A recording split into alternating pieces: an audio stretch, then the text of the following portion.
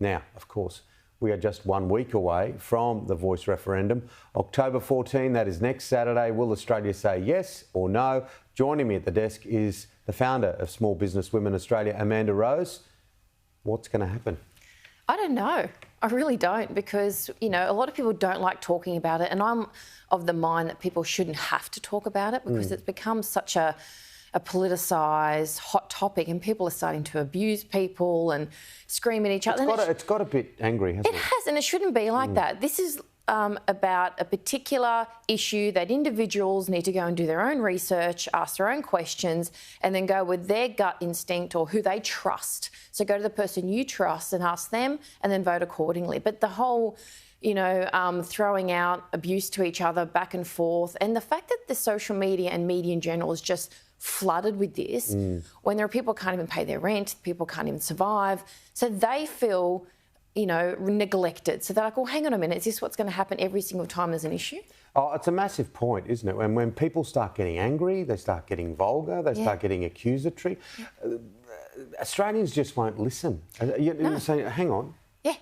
Don't lose your temper on our watch. Well, that's the thing. And usually when someone gets personal, starts attack, it usually means their argument is flawed or they don't know enough themselves. If you are confident on either side of what you stand for, you can simply state it without having to be abusive. Yeah, the old saying, the louder I cry, the more doubt I imply. It's a very good one, that one.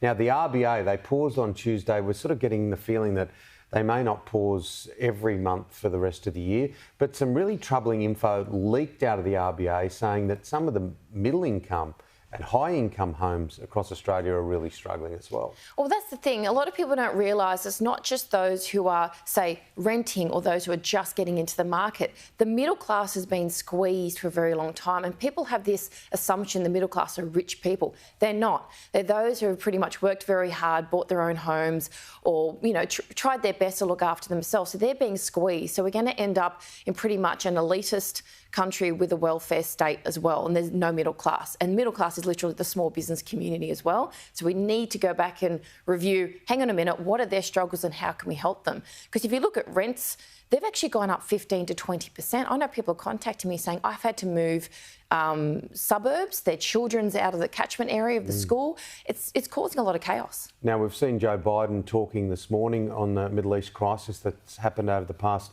24 hours to 36 hours. But look, they're saying that they'll help. It's going to be difficult with their political system right at the moment because it is a mess. Kevin McCarthy, no speaker. And then we look at Donald Trump. What did you make of him during the week? Tell you, US politics is never boring. So I think when it comes to supporting another country, charity starts at home first. So I think the US, Australia, whoever it is, needs to make sure their country is in order. They don't have people being attacked. They don't have people living on the streets, and get that going. And then once the economy is going, to say, right, how can we help others? Because if not, look at the US, what's happened, all the money they're getting to the Ukraine, for example, and there are people living on the streets by the thousands every week. And when it comes to Trump, it's become quite a reality TV show with him in court all the time, and it's a civil case at the moment. But what I'd like to see is the exact same approach on every politician in the US, not just targeting him, but let's look into all the other politicians and their business dealings and what they've been up to too. Maybe, but it's fairly absurd that you have the leading Republican candidate with a suite of legal suits all around the country. Oh, he's hated. He's absolutely hated by a lot of people, which makes it more fascinating, because if someone is attacking someone that much, it's usually a sign that they know something, that they're trying to silence him.